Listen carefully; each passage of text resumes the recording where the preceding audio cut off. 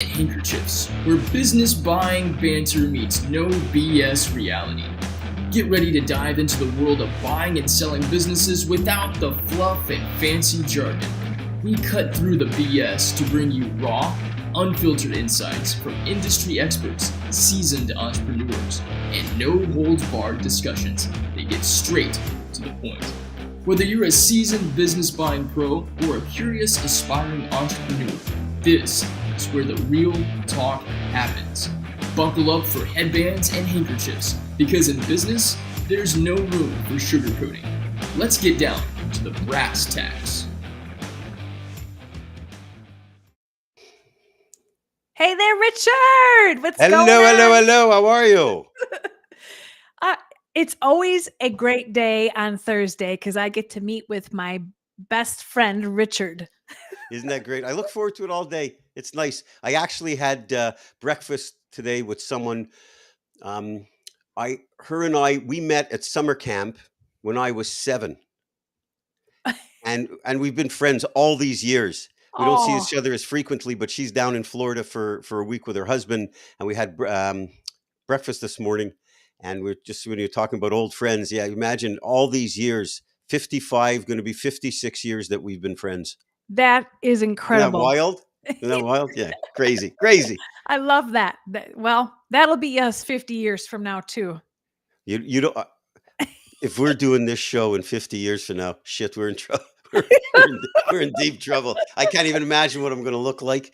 But anyways, I appreciate the compliment, and it's terrific to see you. You too. So today's topic is all about cash. Well, not necessarily the green stuff, finding a way to create the cash, the green stuff.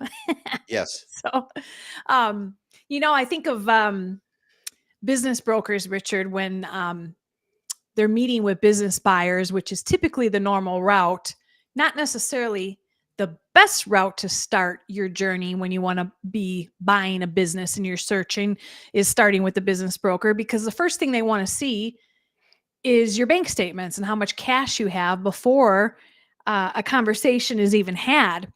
And I get that, but do they really know where to seek and find other eligible sources of additional cash? Because they could be missing the boat, the business brokers, on buyers that have access to other eligible sources of that cash. And that's what we're going to get into today. Wonderful. And it's not really incumbent upon the broker. All of this, so much of this process, like really 90% of this process, is incumbent on the buyer, and that becomes a misunderstanding by a lot of people who are getting into this for the first time, thinking that all these stakeholders, brokers, accountants, attorneys, are going to take them to the promised land. And it's incumbent upon the buyer to acquire the knowledge they need, to put together the right team, to go through the process effectively, understanding the role of business brokers. And business brokers, and I don't blame them, they want to make sure that you have the money, and they want to make sure you can get to the finish line. And so It's not their skill set, or some have it, but it's not generally their area of expertise to uncover the nuggets and find other potential assets or other capital that they can leverage, like you do, like you shining star that you are, the queen of the gold nugget. So tell me, for example, so they have these buyers, they have an average personal financial statement. Mm-hmm. Assuming that they want to go down the road of an SBA loan, what do the lenders, and we know from all our shows together that there's a big change between lenders, or big difference between lenders, what they require. But on the whole, what do they want to see from a buyer as far as the ability to fund, the equity portion that they're responsible for into the deal? Yeah, that goes down to being fully transparent with that personal financial statement, not leaving anything out. Sometimes, I don't know why, but some business buyers don't want to disclose everything on their personal financial statement, whether they're just lazy and they don't feel like filling it out, or maybe they just don't want people to know how much they have. You know why they do it, Deb? Because I've had me. I've had this come up over and over again for 20 years. Mm-hmm.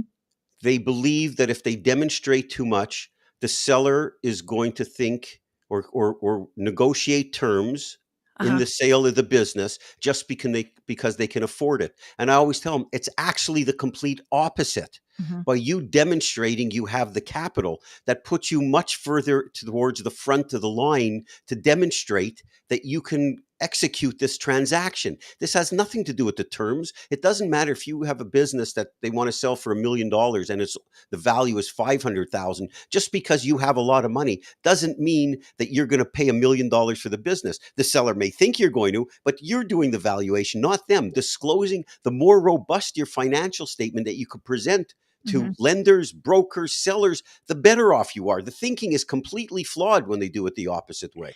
Yeah. And I would like to open up your thoughts for business brokers to open up their thoughts in regards to what more do they have besides just cash, Right, right. because assets can be turned into cash, and we're going to walk through that. I believe you're right that business buyers must present everything that they have in that financial statement, but business brokers also are cutting themselves short on selling businesses because they're trying to pre-qualify buyers on cash alone, where Right. an SBA business acquisition loan consultant like myself or my peers that I work with, some are solutions focused and will dig in deeper, asking questions on how we can generate these additional eligible sources. That's not a business broker's job to do that.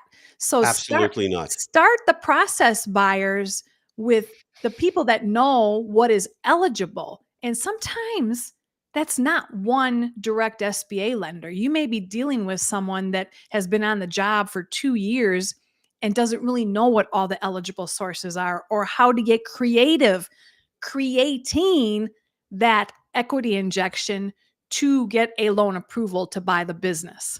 So, And where do you see some of the biggest gaps where there may be more assets, or, for example, maybe we take a step back.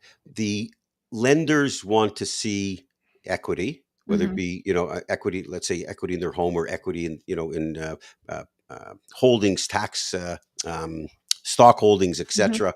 But what are some of the things? Obviously, cash is king. Then yeah, going down the list, cash, then stock portfolio, mhm, as far yeah. then home equity. What about retirement funds?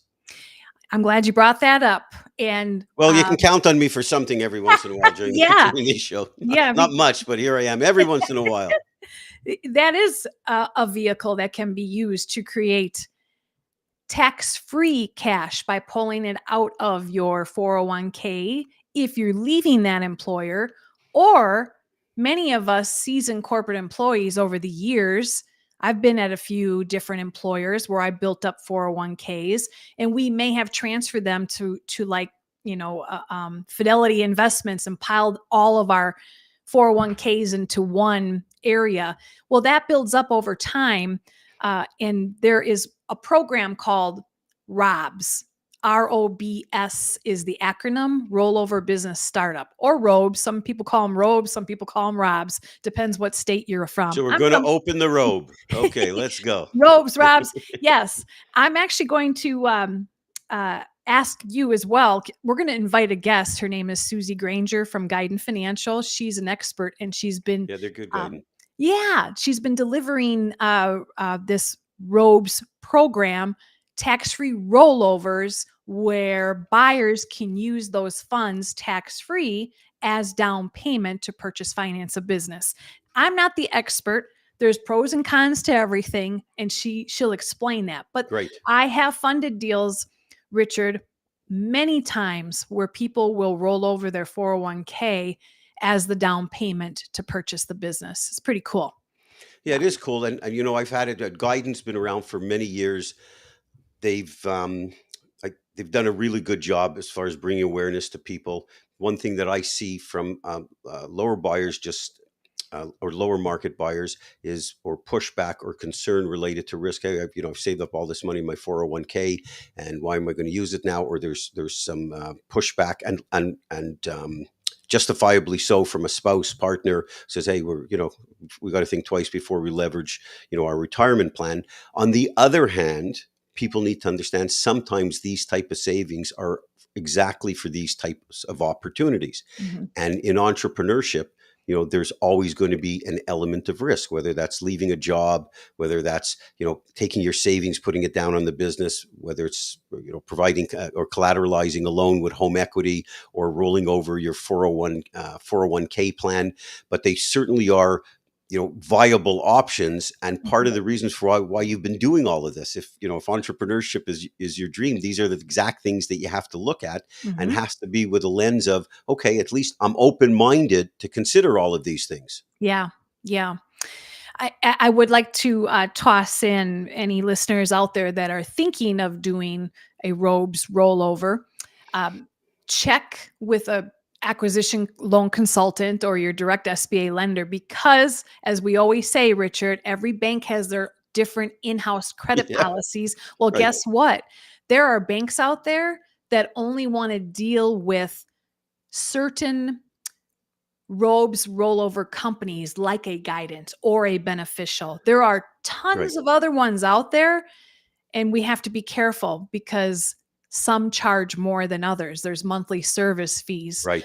There, there's Setup fees, right? And I think yeah. it's Benetrends, right? Is that the one you're Yes. meaning? But Yep. yeah, they Yep. and I'm not sure if they're amalgamated, yeah, but they've also been around for a long time. So I'm assuming that the big ones, it would seem to me that if you're going to do that, you want to get with the players that have been doing this the longest. They have the That's most, right. the most comprehensive team behind them. There's some Yeah. question it has to be bought through a C corp, not an S corp. I'm not sure if that's still the case, but having the resources, as opposed to someone who's just brokering these type of deals, dealing with a comprehensive, reputable company.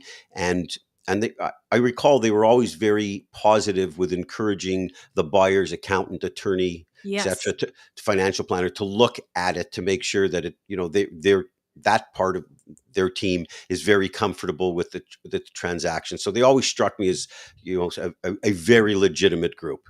Yes, indeed. And I do know there are annual IRS requirements that must be completed every year with the ROBES program. I don't want to Right. get into the details. We'll save that for our special guest one day. But listeners, please understand, yes, you got to have cash, but there is a source there that Richard and I are talking about already. You could combine your cash plus maybe a ROBES rollover of your 401k. Maybe you sprinkle in a seller note with the 2-year standby, slice and dice it 3 ways to get to your 10%. You got a deal. See how You that got a deal. works? Yeah. Now, what about gifts, family, friends giving you money? The one thing I've never had the luxury of enjoying in my life. Okay, but I should say I haven't had the luxury. I've had the honor of doing it the other way to my kids. But if you have family members, friends, etc., who may Mhm. want to lend you the money, or there's two parts: lend you the money or gift you the money. Gift would Yeah. be nice, but if they're going to lend you the money for the down payment, is that something that's carved out? You're okay with doing that, but that's carved out because all these secondary loans, whether it be a seller note or gift or a loan from friends and family, those take a secondary position, of course, over the bank's loan. But with that in place, isn't there some change recently where you can it's not standby, it's secondary position? So in other words, you can pay those notes as long as you're satisfying the first note, because it used to be in standby where you couldn't even pay those Yeah. secondary notes until the SBA note was paid off. Now I Mhm. think there's a bit of a change to that, right? Well, there's a big change with the new SBA SOP that went into effect in fall of last year. The SBA is telling the banks and the non-bank lenders, you guys decide what you want to do and what you feel comfortable for equity injection. The SBA SOP says in there, you could do 100% seller note for the whole equity injection. But I'm going to Right. tell you right now, bank lenders aren't going to fly on that one. I think I knew one lender that did 100% financing for a buyer because the sweat equity, the buyer had been employed for like 15 years. So they looked at sweat equity Right. as the cash down payment. So what I'm trying to say here, Richard, is that anything that is eligible in the SBA's eyes for equity injection can be sliced and diced however the bank feels comfortable to do it. Okay. Yeah, right. So Okay. And anything can happen. Yes. so the the situations where it's wonderful that they set up this SOP, and there's a lot of wiggle room. There's this 100% wiggle room, but the reality is no one does it. So who gives a shit? Excuse me. Like, no, if no one does it, who cares? It's just like smoke and mirrors by the Mhm. to present something as an opportunity. Banks don't do it, so that's not going to happen. So how does someone go? And I'm not teeing this up as a question for your service, but or maybe I am. Is going through a buyer is faced. There's hundreds of SBA lenders, Mhm. and so when they deal with someone like yourself, how quickly are you able to look at scenarios where, because some buyers come to you, they simply don't have their financial statements not going to pass any criteria. I mean, their only hope is seller financing, the only hope. And that happens in a lot of cases. But Mhm. how are you able to look at that and say realistically, this is leaving the business side, realistically, I think we've got the probability of X for you Yeah. to get an SBA loan without, putting your butt on the line, or putting yourself in a really bad position. Is that something when someone comes to you with a personal financial statement, may not have terrific credit, they have a few bucks or whatever the case may be, like how often do those people pass? In other words, your first gatekeeper area where you say, I think we could do this or we can't. I have a business buyer profile document that I ask prospects that want to learn if they're pre-qualified to fill out for me to open up the conversation. And any bank or non-bank lender that's going to deliver 90% of the capital for the loan project, they're going to want skin in the game from the business buyer. It is what it is. So when I look at that buyer profile, Richard, I need to see that they do have some cash, and Right. that they also have enough cash to cover post closing liquidity, meaning you have enough in your savings account in case there is an emergency. Personally, on the personal side, there's 6 months of liquidity in your personal savings account. We don't want the buyer purchase financing a business to dry up every dollar out of their personal savings. We're not Right. putting them in a good condition. In a good position. Right. That's right. So when I see there's not enough income there and I don't see any home equity, they're renters. And it's not to say I can't approve somebody that doesn't own a home. We can approve people that are renters. They may have a ton of cash in their account. They may have stocks and bonds. They may have retirement assets, right? They may have other real Right. estate owned. So yeah, we can help out people that maybe don't own a home. There's just so much that I look at, but I also got to be careful because somebody may have like only 20 grand in their savings account and they want to buy a $2 million business. Well, what if grandma or grandpa or the parents have money and they're willing to be an investor into the deal, right? Right. That can work. So we have to always have eyes wide open to ask open-ended questions of business buyers and mentor them as to what all the other sources are that truly can be eligible based on the different banks' credit criteria out there. Right. Right. And so they need to, right. So, I mean, so the answer with some of these things, because there's always a tremendous amount of people within the world of looking to acquire businesses that look at this the same way when they drive by the car dealership, in their area to see, you buy it with no credit, no cash down, no money, drive it, pay and drive today. And it doesn't work in Mhm. buying businesses. So the realistic portion is you've got to have um, uh, capital for your down payment. Mhm. There's just tremendous number of avenues where that can come from. Right. And so those are things that you explore. On the other side of things are for the buyers who don't have that, but they have a tremendous desire to acquire a business. And we'll cover that in another show as to how they potentially go about that. Mhm. But for them, the buyers to be completely transparent and not, and so they know if this is a possibility to get the financing. And another thing that I've seen and would caution prospective business buyers going down, looking for third-party financing, whatever that may be. So in other Mhm. words, they're not paying cash for the business, because you see this all the time. To your last point, oh, my uncle, my grandmother, or I have a group of investors, and they're interested, and they told me, yeah, they'll back me, and it's all fine and good. And I've seen it countless times where an individual goes through the whole process. They find business, they start negotiating with the seller, they agree to some deal terms, and then they go to meet their investor, and they're not writing the check.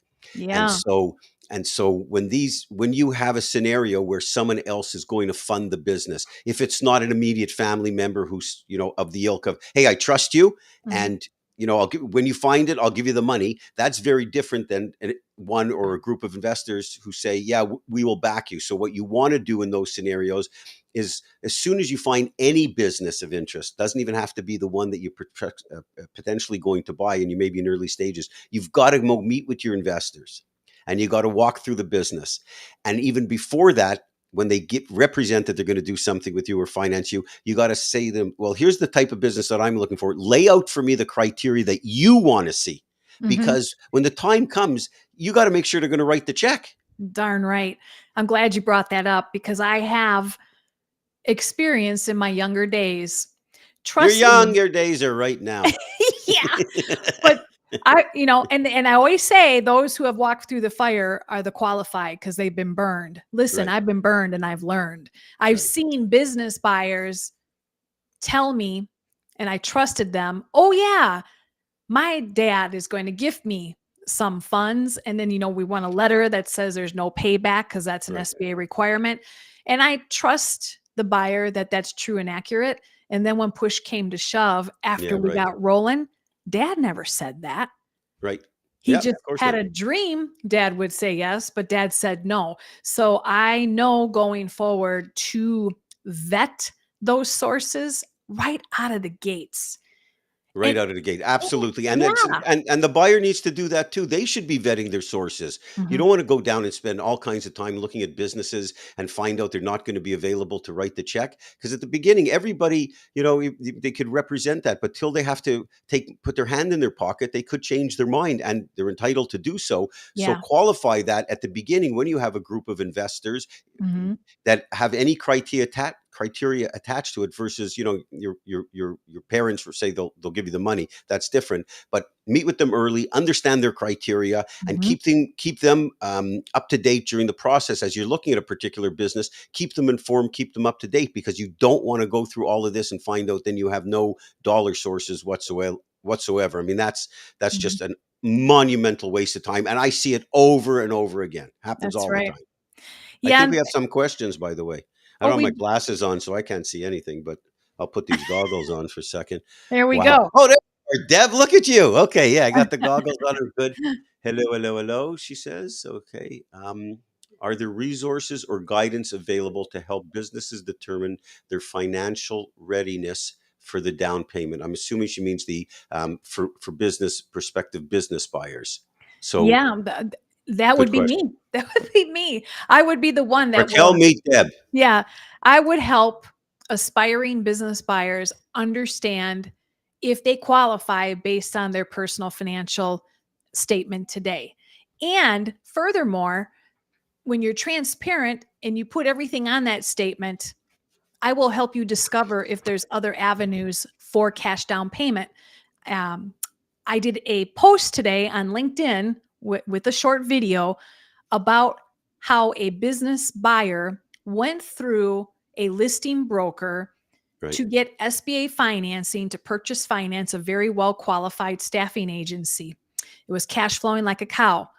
She she would have exhausted all of her personal cash liquidity, leaving nothing behind after the loan closed. So the three lenders that the listing broker referred her to all said no 3 times.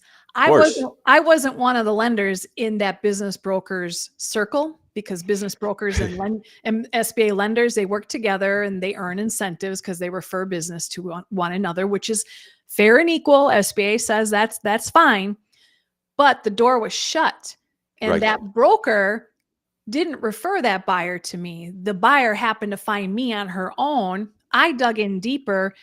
She had a couple of vehicles on her personal financial statement, and I knew she was single. She was unmarried.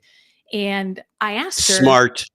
yeah, but I knew what the problem was. She didn't have enough post-closing cash liquidity on her personal financial statement. Right. So when I saw that she lived in Minnesota and the business she was acquiring was in Florida, Smart again. when She's getting smarter by the minute. Yeah. Get the hell out of that joint. It's much warmer here. Oh, for sure. That was a big reason why she wanted to buy the business was the Smart. weather. But I'm like, what are you going to do with a 4x4, a Jeep 4-wheel drive that she owns in Minnesota along with a Toyota Camry? I go, which one do you drive? Well, I drive the Camry. Well, what are you going to do with the Jeep when you buy the business in Florida? Well, I'm going to sell the Jeep when I'm in Florida. I'm like, no, you're not. You're going to sell the Jeep now while you're in Minneapolis and there's 6 feet of snow, and you're going to get top dollar because everybody wants a 4-wheel drive in Minnesota. Yep. And sure enough, she listened to what I said. She took it to a CarMax, and they gave her a bid of $32,000 on a used four-wheel drive. I contacted the bank underwriter. I said, listen, we got all the cash for the down payment. Now we got $32,000 liquid cash she's going to put in her personal savings. Are you comfortable with that for a post-closing liquidity requirement? Yes. Yay, Boom. Deb. Look at you. Approved. Boom. Yeah. Boom. That's the stuff. And that broker just about lost a sale of a quality business. Yep. An unhappy buyer that worked with 3 SBA lenders that just didn't dig enough and dig deep and ask questions of the seller. Like, what are you doing with 2 vehicles? But who does that, Richard? Because it's their job. They just want it, it's again, Transactional. it's the skill set. It's transactional skill set. And my opinion is, there's plenty that business brokers do wrong. There's lots that they do right. This is incumbent upon the buyer. Get with the right resources, get with the right consultants and advisory. Yes, it's upsetting because they should have directed them. Yes, you say it's easy to say, they should have asked questions or, expand their network of potential lenders beyond the scope of where they may just be getting compensated. That's just wrong. That's just bad advice. But the buyers throughout this whole process, and I'm dealing this with for decades, is buyers need to acquire the knowledge they need for all stages of the process. This happens at lending, it happens in negotiation, it happens in valuation, it happens in the business selection, choosing the right business. It's all the way around. So it's just another example of hooking yourself up with the right people. And she's obviously brilliant for all the reasons that we cited. She's moving to Florida, or as they say in Massachusetts, she's wicked smart. Right? Wicked smart. Yeah. And and now she's and how long?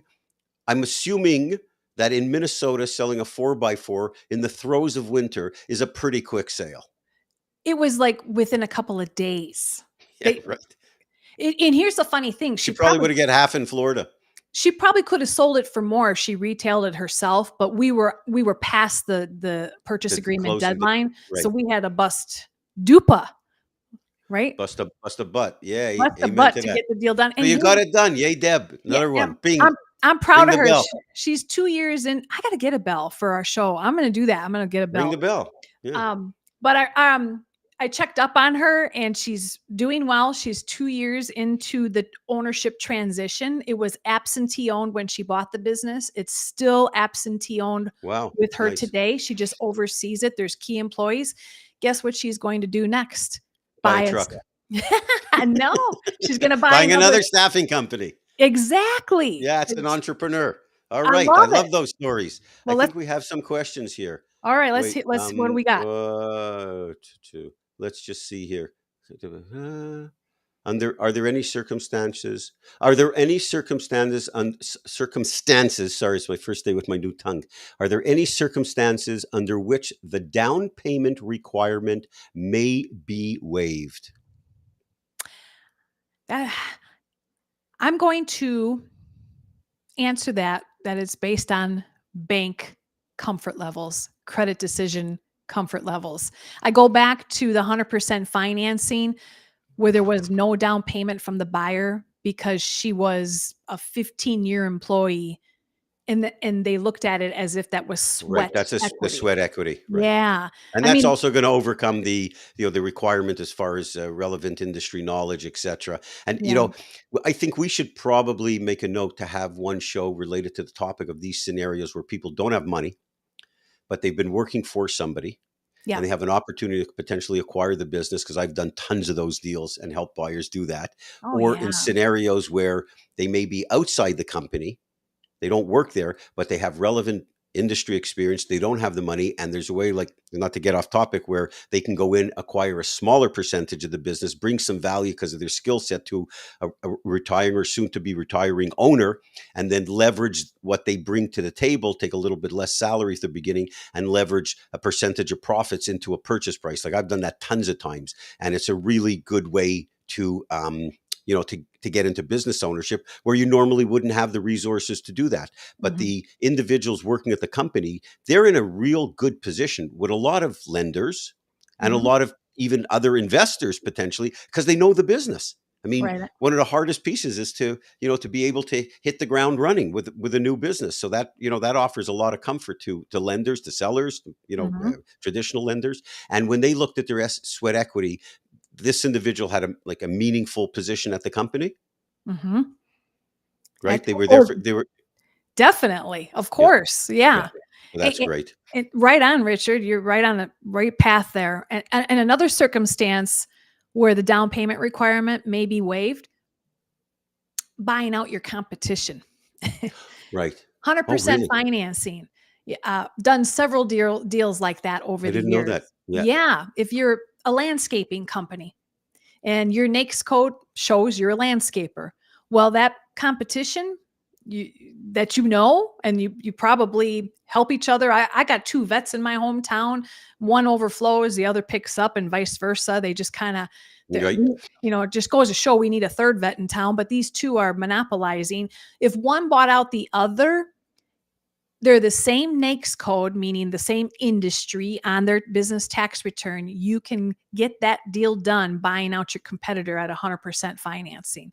Could you get that type of financing buying out an ancillary business? So example, landscape company buying snow removal, not in Florida, but in Minneapolis, where there's a very clear connection of, same or similar customers. It eliminates seasonality issues. Like, it's a very well thought out strategic acquisition. It's going to have to be the same NAICS code, period. That's an SOP requirement. Now, the underwriter may be a little bit more lenient on very minimal cash down. So Got maybe it. instead of 100% financing, he may say, I would like to see 3 to 5% down and kind of change things up. What a deal. It is a deal. It is a deal. And The advantage, if you have a company, I mean, you're going to buy a business for, $1 million business. I mean, if you don't have 50 grand, you shouldn't probably be buying your competition, right? Because you're going to have headaches with that too, to the integration. But I had a podcast recently that I was on, and we were talking about that. And one of the greatest ways to grow your business is through acquisition. It's a hell of a lot easier than organic growth in almost every case. And so, and small businesses, real small businesses doing a few $100,000 or whatever, they don't think that way. But there's chances are, if you have a small business, you have a lot of competition that have other similar or same small businesses. A great way to grow your business. And one of the big advantages, by the way, you buy out your competition. You don't need to take any money out of the business initially. As long as your business is relatively stable, you can use all of their cash flow to pay off the loan as fast as possible. So Mhm. instead of becoming a bit of a pig and looking at their profit, you take all their profit, use it to pay down the debt, and to put it into marketing, as opposed to putting it into your pocket for a period of 2 to 5 years, and suddenly 1 + 1 = wow. Exactly. In addition to inheriting probably some seasoned employees. Absolutely. And think about the expense reduction if you move into one location, Yeah, possibly, for right? sure. Yeah, Yeah. absolutely. A lot of advantages. Can I share just a couple other quick ideas here for our audience of other Amen to eligible that. Go. sources? Okay. So we talked about uh, family gifted funds or love money. Remember love money we talk about? Um, you can have investment owners. inject some of the cash. That can be bank by bank, comfort level. We may have a majority buyer who's the owner operator, and perhaps there's an investment buyer that wants to put the cash down. We won't get into it now, but they're going to look at why and who and how do we know this investment? Are there any MSA agreements that the SBA won't approve of? Management service agreements of some sort. We got to be careful there, but there are options there. We talked about debt. Borrowing debt, home equity. If you have home equity in your real estate owned, that can be used as down payment. And the old SOP said that there had to be secondary household income making the home equity payment. That has gone away per the SOP, but be careful, ladies and gentlemen. Most banks still want that secondary household income. So it makes it confusing. What you think is going to be a great deal, it might be different depending upon the bank that you're working with. I like this one. If you are a business owner today and you want to buy a second or a third business in a completely different industry, mind you, yes, you can, as long as the business that you own today is absentee owned and has key employees and are running the show profitably. Because you got to be the owner operator of the new one. Yes. Okay. Yeah. And if your current business that has been doing well, which it better be doing well before you buy another business, you can use some of the cash available from that business to buy the new business. But the underwriter will want a note on the business that you're pulling the money from, that the new business will eventually pay back the old business, because we want to keep where money is pulled from. So a second position note. Yeah. Now, are there any restrictions? So in that example, because it's a great way to build a portfolio of companies, you own company A, you management in place. Now you go buy company B, you get an SBA loan, you're the manager there. Could you rinse and repeat and do that with 10 different times as long as the math works out? As long as the math works out. And I have clients that own 3 to 5 businesses in their portfolio. It's the coolest thing to witness. And then they create an umbrella LLC, a shell to oversee all of these entities that roll up to the main core. Right. And it works great. And usually these buyers, these owners are so good at managing people that the people that they train up, they stay. And then what they do is they kind of commingle some of the managers overseeing other businesses as needed. So if one's short, they move someone over there. So it's pretty cool to see how. Yeah, it's a great strategy. It is. So I think we went through most everything. Other cash options are sometimes business owners buy equipment, or there's cash expenses in their current business. There are some SOP guidelines. You can use that cash to buy another business, so to speak, pulling it out of the current business. So I know it gets a little bit hairy. Yeah, but you know what? The most important thing, there's a ton of options. A ton of options. And I think a lot of listing brokers, I want them to understand, if they're listening today, don't be so focused on just personal bank statements, and be careful. Your lenders, perhaps, that you're working with as a partner, they may not be asking all of the questions, like the Jeep 4x4 scenario that came up with $32,000, right? It's not every day. Money. It's a lot of money, and not every day that people are thinking outside the box. But people should also you stick to your swim lane. You do your best. If you're a broker and you don't get it approved, or for whatever reason, you've got to go to the, expand it to find believable parties who are more experienced at this and do this every day for a living. And we talked about this in one of our first shows, is forget about the fee that you're going to get from a loan. I mean, who gives a shit? I mean, you want to get the deal to the finish line, the money you're going to make and the good that you're going to potentially do by putting a good person into a good business far outweighs the small commission that you're going to get on as an SBA referral source. It's a small amount of money. I'm not spitting on any amount of money, but relatively speaking, it's minimal. And that's not your job. Your job is, to get to buyers to the finish line in good deals. And so it, start to focus properly as if the buyer doesn't meet the criteria, the first three Mhm. lenders, it's not over then. That's when it just begins. And that Right? buyers might be a terrific buyer. And so put them in touch with someone who can make sure they get the deal done, as opposed to you thinking you could deal done. Who cares about the commission? I mean, it's nice. I first of all, I don't think it's right altogether, but that's, Yeah. I don't want to be judgmental. That's just my perception of things. But the lesson is get them to in front of the right people throughout this process. Get them to Happy Deb Curtis, and she'll get you to the promised land. There You you know, go. my theory is let me do the searching and the digging Of and the course. sourcing and the asking because I know what's eligible and I'll find a way to get mom and dad or grandpa to give some love money where you might not be able to Can I do get that as some? a business broker. What business brokers should be focusing on is getting the next business listing that is qualified to put on the market. Yeah, of course. That's where their bulk of their money is being made. Yeah, yeah, I yeah. want them to go find more quality listings. Leave the business buyer qualifying up to an expert that's Of been course. doing it, and we'll find a way to get the deal done. Well said. Yeah.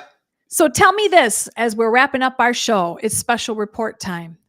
Yes, our special report, 10 Things the Seller Won't Tell You, which we've cultivated. This is decades of know-how. It's a terrific report, very helpful for anyone who's thinking about buying a business, covers a wide array of subjects that will really open buyers' eyes of things that they normally will not be necessarily given by the seller that are reasonable to be asking for. It's not always necessary things that seller hides or seller secrets, but there's a lot of those, but things that if you don't ask for them or know to ask for them or look for them, they're not going to be made available to you, and they can easily come back and bite you in the what? Dupa. In the dupa. Yeah, and they will, and assuredly, I assure you, they will bite you in the dupa. You So know it. there's a QR code for people to get that and download it. We have terrific feedback related to it. In every show. We get a bunch of those, so Love it. I know people are finding it very helpful. Awesome. And then in closing, I would like to thank our show sponsors. If you are watching the show right now, listening or watching us on YouTube, LinkedIn Live, Facebook, and you're a business owner, or maybe you're an SBA lender, or maybe, I don't know, you just want to start doing some live streaming. You want to start personal branding. You want to be electronified, if that's such a word, on social I like that. media. Or Well, digified there you or go. digitized. Well, Yeah. contact our show sponsor, Brilliant Beam Media, and their QR code we'll put up here. They will help you put on these live streams where you don't have to sweat and try to be tracking. Are we going to be okay? Are we going to be on time? What are the questions? I don't know. We let Sia handle that, and she's behind the scenes. And she's great. Yep, Sia and her team with Brilliant Beam Media. If you want to lift up your business digital presence, that's who you need to contact. Take a picture of that QR code. And then we have Raquel Flores Connection Center. Yay, And Rocky. there she is, our sweetheart who supports our show all the time. Thank you, Rocky, for what you do for us. I believe her show is every other Saturday at 10 a.m. Central Time. She's approaching 60,000 followers on Wow. LinkedIn. I mean, that's huge. Nuts. It is. So if you want to get connected and you're looking to network with other professionals, join her show, take a picture of her QR code. LinkedIn is filled with over 9 billion users. You can get lost in that real fast. 9 billion users? That's like the whole planet. I know. Is it 9 billion or 9 million? I want to say it's a billion or million. I don't know. But anyways, it's a big It's a number. lot. Anyways, It's a lot of users. You have to get into sub communities, right, Yeah, Richard? yeah. The Oh, smaller absolutely. ones. Yeah, because if not, you're dancing on the sidelines, right? That's So right. you have to get the key with LinkedIn. We've had these discussions before, and I've had, let's say, mixed results or what have you. Once you get immersed and you get in with like-minded people, not that necessarily, when I say like-minded, not that everybody thinks the same way, but you're all looking for the same outcome. So Mhm. if you're looking to buy a business, other business buyers, people that are in the industry, stakeholders, that's where you got to dig one or two steps deeper. Because if not, you're just going to accumulate a gazillion followers and Yeah, spend your whole day answering messages to people that they may be nice, but that's not the goal. That it's a networking platform, that's right. learning and networking. So yeah, you got to dig a little deeper. Got to dig a little deeper, just like you do on that personal financial statement for slicing and dicing your down payment. Look at you the way you wrap that up. You're not, you know it. We're getting good at our craft here. You are certainly. DJ Deb and Rock and Roll Rich here to serve. All right. Well, folks, this is the end of our show for this Thursday. Make sure you stay tuned for next Thursday's episode at 2 p.m. Eastern. Any closing thoughts for us, my friend? All I would say is you are a wealth of information in this area. This is your swim lane. This is your area of expertise. I mean, certainly learned a lot during this. There's a couple of things related to seller financing, about buying competitors or leveraging to buy second and third businesses, putting absentee ownership into place, which I wasn't aware of, which is phenomenal. Yeah. And so when it comes to anything and everything related to SBA lenders, you are it. I mean, you're unbelievable. It's Well, just a great wealth of knowledge. So I'm sure everybody finds this incredibly helpful. we're always And as learning, always, Richard. we're always learning, and it's as always, it's wonderful to see you. You too. All right, everyone. We'll see you next week, Thursday. Ciao for now. Bye bye.